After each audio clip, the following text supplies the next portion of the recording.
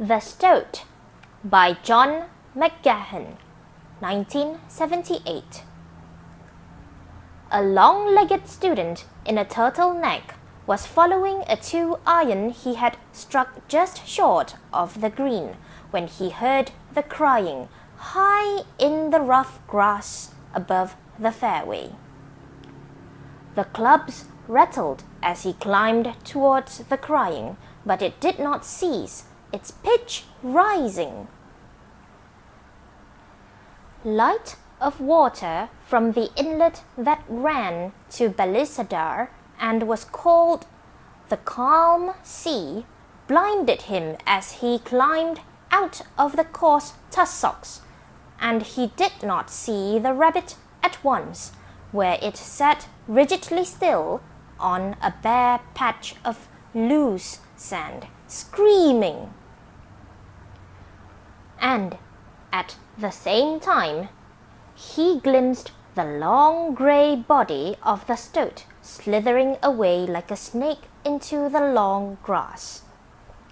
He took a slow step forward, but the rabbit still did not move.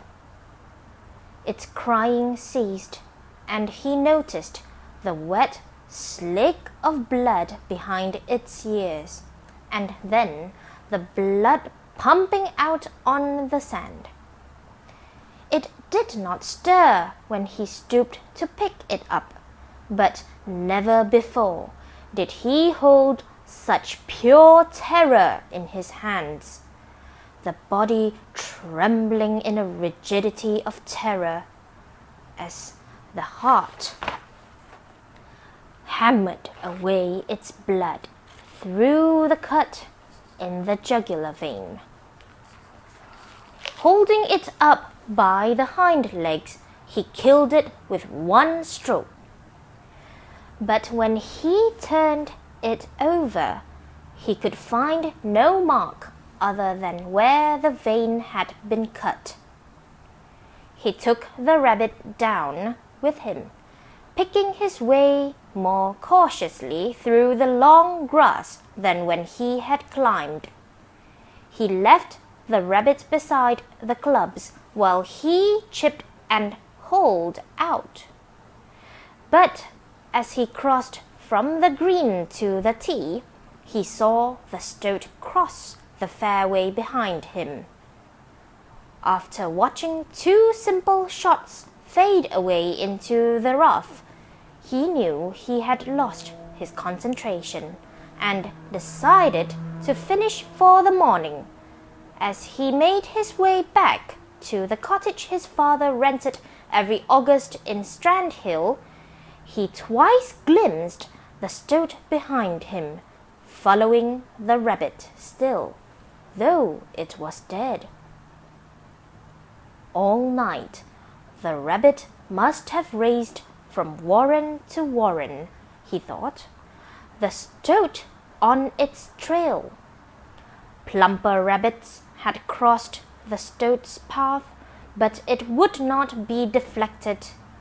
It had marked down this one rabbit to kill.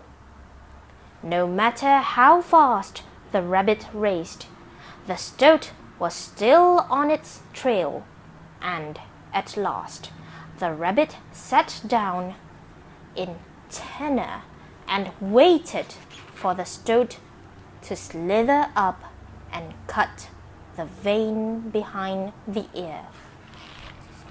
He had heard it crying as the stoat was drinking its blood. His father was reading The Independent on the front lawn of the cottage when he got back, facing Knocknarea, his back to the wind that blew from the ocean. A quick look told the son that he was going through the advertisements for teachers. He always went through the advertisements for teachers again after he exhausted the news and death notices. Why, he would never know other than from habit or boredom, since he would never leave now the small school where he was principal and the residence that went with it. Another colleague who was in Drumcondra the same year as myself has gone to his reward, he said when he looked up. A great full bag, poor Wishy was. God rest him. The son made no answer, but held up the rabbit. Where did you get that? On the links. I heard it crying, and when I went to look, there was this weasel. It had cut the jugular vein, and the rabbit was just sitting there. It never moved when I went to pick it up. It must be a stoat. The weasel is extinct in Ireland. A stoat, then. I read something about it, but I never came across it before. It's common. You often hear the squealing in scrubs or bushes. No doubt it'll be another specimen for yourself and your uncle to mull over. Well, it's as good as what you find in the Independent. What do you intend to do with it? Other than to rattle the newspaper loudly, the father made no response to the counter thrust. I thought I'd skin and cook it. Do you think, will it be all right? It couldn't be more perfect. He laughed as he held it up. Maybe if I cooked it, Miss McCabe might like to have it with us tonight. You better not tell her how you came by it. He looked up in alarm. Of course not. Old Luke had rabbits for sale a few days back, as well as suspiciously got sea trout and salmons. He said he bought them off fellows with a ferret. Rabbit. The poor man's chicken. What if she doesn't like rabbit? She can say so, and it needn't change anything. There'll be still plenty of time for both of you to have dinner as usual at the Kincora. By the way, what are you going to do for lunch? Are you going to go down to the Bayview? I'd feel like a pint if I went down. If you take a drink too early in this weather, it makes the day very cumbersome to get through.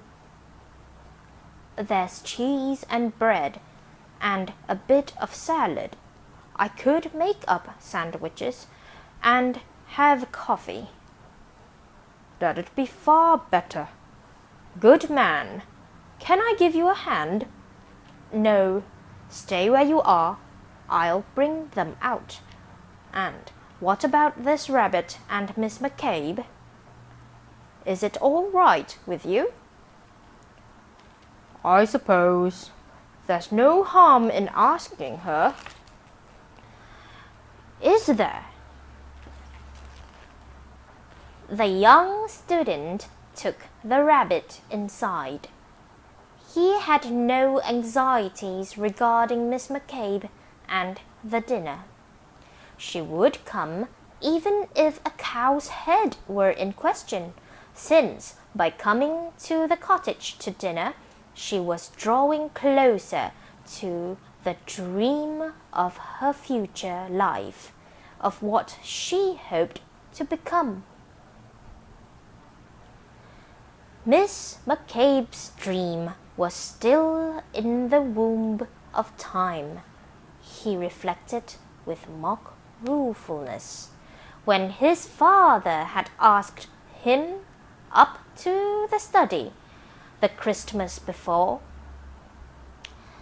It was not a study in any strict sense, but a small room where he corrected exam papers and kept textbooks and books of his college days, and where he liked to impart decisions in an aura of some solemnity that not only affects me, but affects my family as well. Those occasions that used to arouse fear and foreboding in the growing boy had by this time dwindled to embarrassing and faintly comic charades. Would you take it very much to heart if I decided to marry again? At least that opening had the virtue of surprise. Of course not. Why do you ask me? The young man's face showed his amazement. I was afraid you might be affronted by the idea of another woman holding the position your dear mother held. The voice floated brittly along on emotion that it could not control. The son hoped the father wouldn't break down and cry, for if he did, he was afraid he might idiotically join him. The father started to rotate his thumbs about one another as he waited. That's ridiculous. I think you should do exactly what you want to do. It's your life. The father looked hurt, as if his life had been brutally severed from the other life by the son's words. For years, I've been faithful to your mother's memory, he began painfully. Now you're a man. Soon you'll be a fully qualified doctor, while I'll have to eke out my days between this empty house and the school. At my age, you don't expect much from marriage, but at least I'd have companionship. There's no need to ask me. In fact, I think it's a good idea. You have no objections then? None. As I said, I think it's a good idea. I'm glad you approve. I wouldn't have gone ahead if you'd any objections. The son was curious if there was already some woman in mind, but did not ask.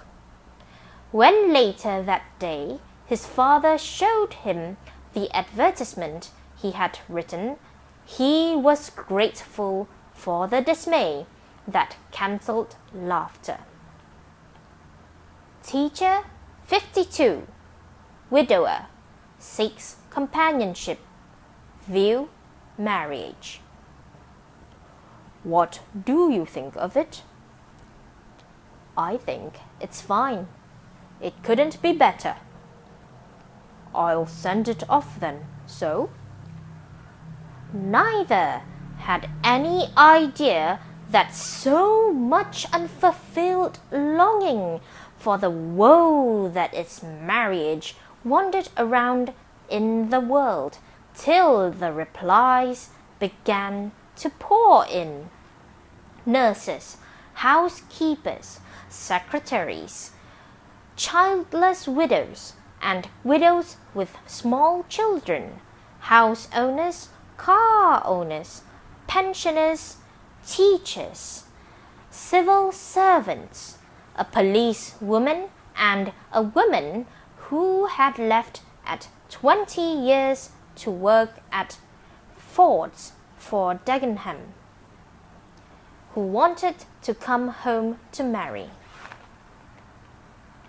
The postman inquired slyly if the school was seeking a new assistant, and the woman who ran the post office said in a faraway voice that if we were looking for a housekeeper, she had a relative who might be interested.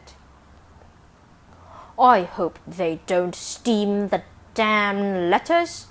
This country is on fire with curiosity," the father complained. The son saw much of him that spring term, as he met many of the women in Dublin, though he had to go to Cork and Limerick and Tullamore as well. In hotel lounges he met them, hiding behind a copy of the Roscommon Heralds, which was how they were able to identify him. "You've never in your life seen such a collection of rags and battle axes as I've had to see in the last few months," he said a cold night in late March after he had met the lady from Dagenham in the Ormond. "You'd need to get a government grant to do them up before you could think of taking some of them on." "Do you mean in appearance or as people?" "All ways," he said despairingly. Because of these interviews, the son was able to spend all that Easter with his uncle, a surgeon in a county town, who had encouraged him against his father in his choice of medicine, the father wishing to see him in a bank. After dinner, on the first night, the uncle suggested a long walk. "It's one of those clear, frosty nights. We can circle and come back through the town. It's about 4 miles.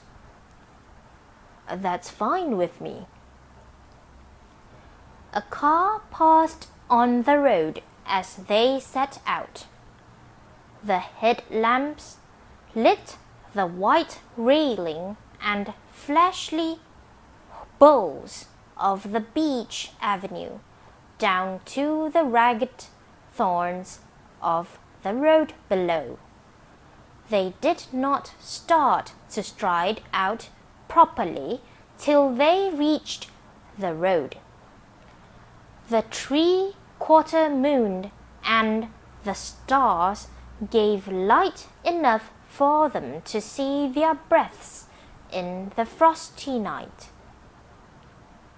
"My father's going to get married, it seems," he confided in the ring of the footsteps. "You're joking," his uncle paused. "I'm not. He's had an advertisement this long while in the papers." "An advertisement? You're surely joking." "I'm not. I'm in deadly earnest." "An advertisement?" Suddenly the uncle became convulsed with laughter, and was hardly able to get the next words out. "And did he get replies?" "Bundles. He's been interviewing them." "And have you seen any of the applicants?" he had to pause again on the road. No, but he said you'd need a government grant to do some of them that he's seen up before you could think of marrying them. A government grant? Stop it! This is high farce. The man must finally have gone off his rockers. Apparently, he's just found someone. A school teacher in her 40s.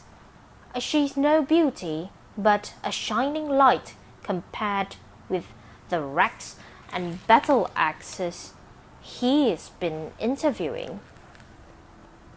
Have you seen this person? Not yet. I'm supposed to see her next week. My God! If you hang round long enough, you see everything. He combed his fingers through his long graying hair as he walked. At least, if he does get married, it'll get him off your back. You don't like my father much? He's a decent enough fellow, but I find him dull. Probably not nearly as dull as he finds me.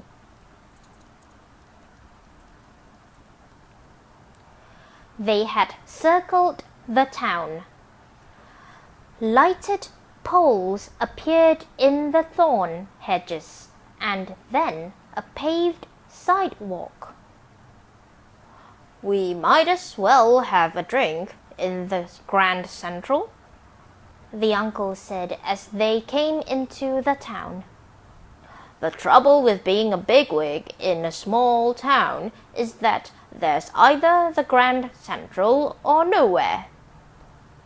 And though he nodded to some people sitting in armchairs as they passed through the lounge, he headed straight for a corner of the bar. We'll stand. That way we can't be so easily cornered. You know, if your father does succeed in getting himself hitched, you'll be able to spend much more time here. I'd like that. He'd like that too. With his uncle, everything seemed open. Life seems to have no purpose other than to reproduce itself. Life comes out of matter and goes back into matter. We inherit it and pass it on. We might as well take as decent a care of it as we can. You cannot go against love and not be in error. Nothing was closed. This freedom was gaiety, even though it seemed that it caused him to seem mostly lonely. I feel guilty about it, but the truth is that my father bores me. I fear and hate the unconscious. A few Saturdays later, he was to meet Miss McCabe in Dublin. Both his father and she were desperately nervous. It made him feel that he was the parent and they the children, anxious for his approval. Miss McCabe wore pale tweeds and serviceable brown shoes. She was somewhere in her 40s, rather frail and excitable. He liked her, but he would have encouraged his father to marry her whether he did or not, as he was anxious for the whole play to be over. Well, what was your impression? His father asked him afterwards. that she was so desperately nervous that she spilled both coffee and a small bowl of cream at the luncheon, that she was anxious for approval to such a point that no person should or ought to be from another. These he did not say. Who was he to give or to withhold approval from one who had been wandering round in the world long before he? "I think Miss McCabe is a fine person," he said. "You have no objections, then?" "Of course not." "I'm glad," he said, and started to explain their plans. She would come with them to Strand Hill this summer, and stay in one of the hotels close to the usual cottage they took for August. If all went well, they would become engaged before they went back to the schools at the end of the holidays.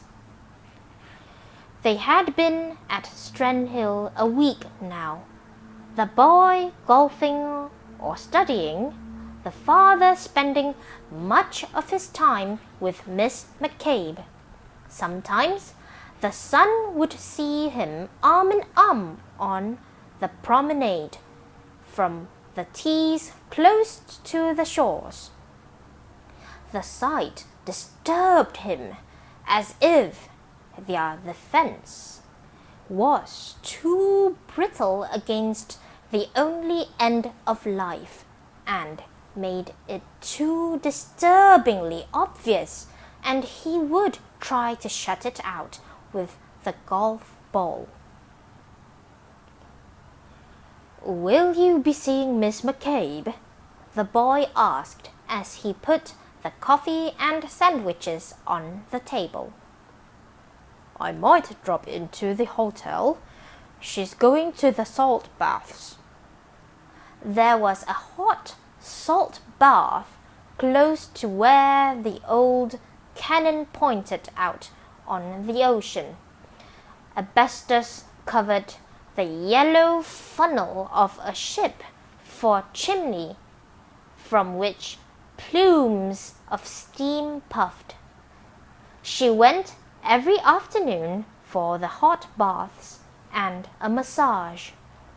She had rheumatism. "And you? What do you intend?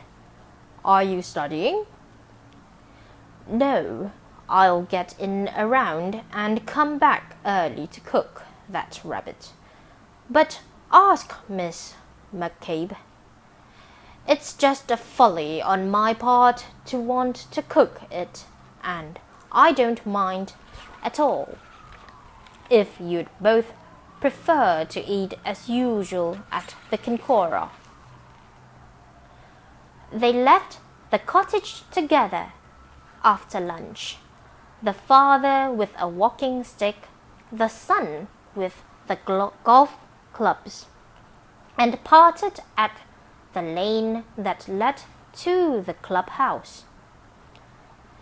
As he went round the course, he climbed in that instinct that draws people to places that have witnessed murder or violence, to where he had heard the crying that morning, but the blood had dried from the sand, and the place was uncannily still, the coarse tussocks rustling in the sea wind, the strand covered with the full tide, and a white sailing boat tacking up the inlet from Balisadar to the mouth of the ocean.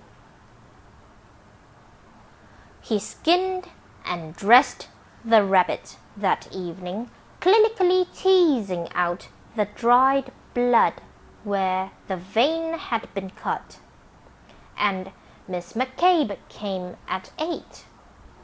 The father was plainly uneasy until she exclaimed that the rabbit was delicious. "I never knew rabbit could be so good," he added. "I suppose it's just prejudiced again. It was always known as the poor man's chicken." "We must praise the cook too, as well as a future doctor. We have also a good cook on our hands." Miss McCabe was so much in her element that she was careless. "It's much nicer to eat here than at the Kinkora. Luke seems to have very good trout as well. Some of them look as fat as butter. You must allow me to cook them for dinner some evening, too, soon." "It's crazy not to have fish at the ocean."